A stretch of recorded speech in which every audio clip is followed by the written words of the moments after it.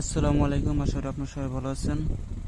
তো আজকে আমি দুইটা বশীকরণ বিদ্যা দেবো। একটা হচ্ছে পতি বশীকরণ অর্থাৎ স্বামী বশীকরণ, আর একটা দেবো হচ্ছে নারী বশীকরণ, মানে স্বামী স্ত্রী যেন উভয় করতে পারে, এই জন্য দুইটা বিদ্যা আজকে উন্মুক্ত করে দেবো। এই যে কিতাবটা দেখতেছেন, পুরাতন কিতাব, এই কিতাব থেকে আমি আজকে দুইটা বিদ্যা দেবো। যে বিদ্যাটার থেকে শুধু একটা বিদ্যা হচ্ছে আমার পরীক্ষিত আছে, সেটা আমি দেখিয়ে দেবো। সেটা হচ্ছে নারী বশীকরণ, ওটা পরীক্ষিত, আপনারা করে দেখতে পারেন। আর প্রতি বশীকরণ যেটা দেবো স্বামী বশীকরণ, সেটা আমার পরীক্ষিত নয়। সেটা আপনারা তারপরেও করে দেখবেন, ইনশাল্লাহ আপনাদের কাজগুলো হবে। তো যাই হোক, আমি যাইতেছি সেখানে।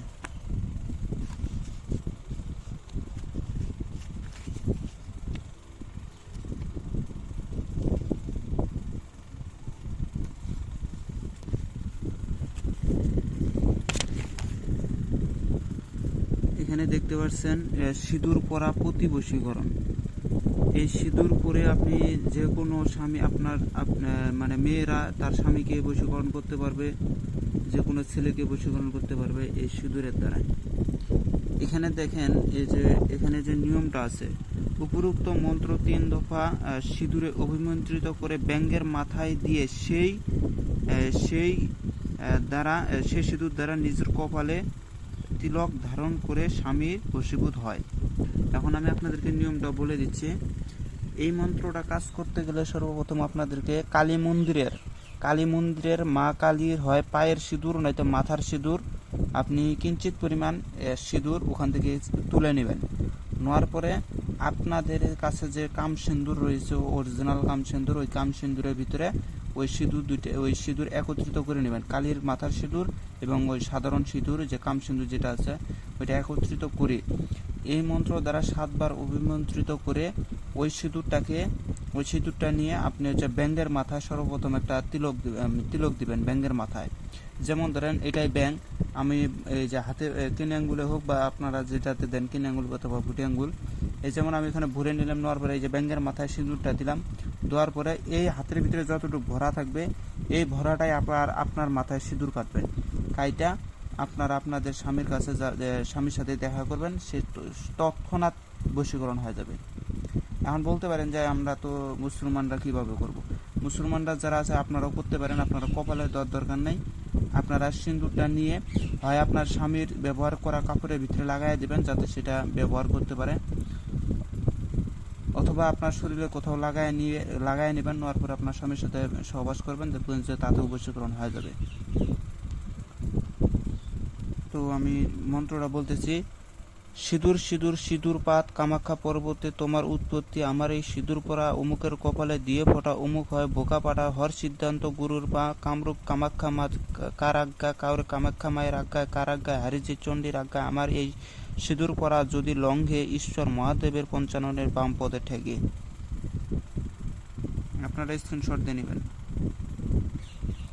এটা আমার পরীক্ষিত নয়, আমি বলে রাখি, এটা আমার পরীক্ষিত নয়। আমার পরীক্ষিত যেটা সেটা আমি এখানে দেখাইতেছি আপনাদের। এই যে নারী বশীকরণ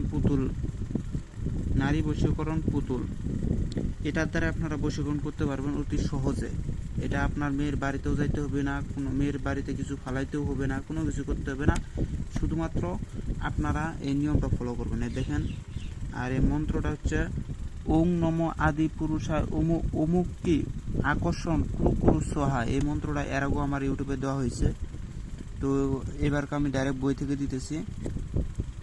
তো দেখেন, একটি মাটির নারী মূর্তি তৈরি করিবে, তাতে গিরগিটির রক্ত মাখিয়ে উপরোক্ত সিদ্ধি মন্ত্রে 108 বার অভিমন্ত্রিত করে মাটিতে পুঁতে দিবে। তারপর তার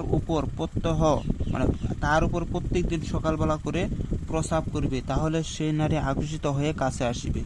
মানে আপনি সর্বপ্রথম একটা পুতুল বানিয়ে নেবেন, নারী পুতুল বানিয়ে নেওয়ার পরে ওই নারী পুতুলের বুকের ভিতরে কাম সিন্দুর দিয়া নারীর নাম আর আপনার নারী এবং তার মাতার নামটা লিখে দেবেন। নামগুলো লিখে দেওয়ার পরে ওইটাকে আপনি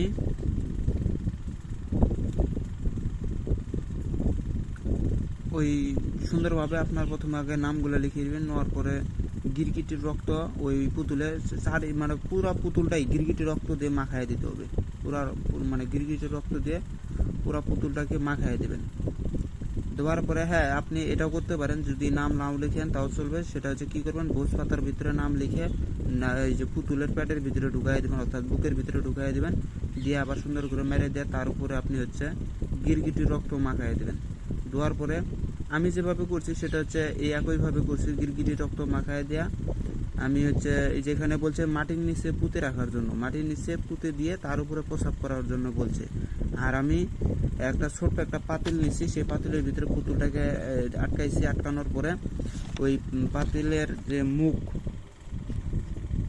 পাতিলের যে মুখ ওইটা হচ্ছে আমি ওই যখন পাতিল মুখ বরাবর আমি আর কি মাটির নিচে পুঁতে দিয়েছিলাম পাতিলটা।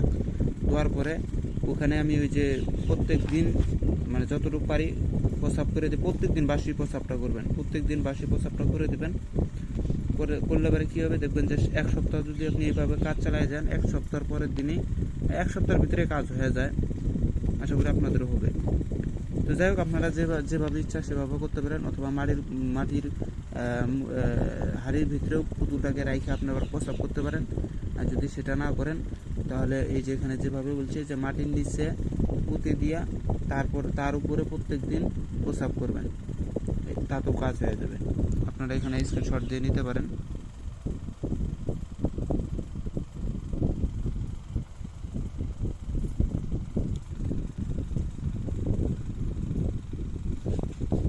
এটা এখন আপনারা বলতে পারেন যে অনেকেই বলতে পারে যে হাড়ির ভিতরে রেখে যদি আমি প্রসাব করি তাহলে তো প্রসাবটা ওখানে আটকায় থাকবে, এবং ওখানে আটকায় থাকলে মাটিটা পুতুলটা নষ্ট হয়ে যাবে, মাটির পুতুল যেটা ওটা ক্ষয়া যাবে, অর্থাৎ নষ্ট হয়ে যাবে। হ্যাঁ, আপনারা যদি সরাসরি প্রসাব করেন সেক্ষেত্রে তো নষ্ট হবেই। আপনারা মাটির মানে যদি এক কথা মাটির ভিতরে পুঁতে দেও করতে পারেন, এটা সুবিধা হবে। তো সেক্ষেত্রে পুতুলটা নষ্ট হলেও অনেক দেরিতে নষ্ট হয়। আর আপনারা এটা করতে পারেন যে মাটির হাড়ির ভিতরে পুতুলটাকে ঢুকাই দিয়ে তার উপরে ঢাকনা মেরে দিবেন, ঢাকনা মেরে দিয়ে মাটির নিচে পুঁতে দিবেন, দিয়া তার উপরে আপনারা প্রসাব করবেন। সেক্ষেত্রে মুদ আপনার সরাসরি পাতিলের ভিতরে প্রবেশ করবে না। তো সবাই যদি ভিডিওটা ভালো লাগে অবশ্যই লাইক কমেন্ট শেয়ার করে পাশে থাকবেন। তো সবাই ভালো থাকবেন, খোদা হাফেজ। আর যদি কারো কোনো কিছু প্রয়োজন হয় অবশ্যই আমার সাথে যোগাযোগ করবেন।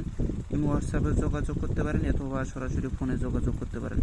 হোয়াটসঅ্যাপটা আপাতত মনে হয় বন্ধ আছে, যার কারণে ইমোতে যোগাযোগ করবেন, ইনশাআল্লাহ রিপ্লাই দেওয়া হবে।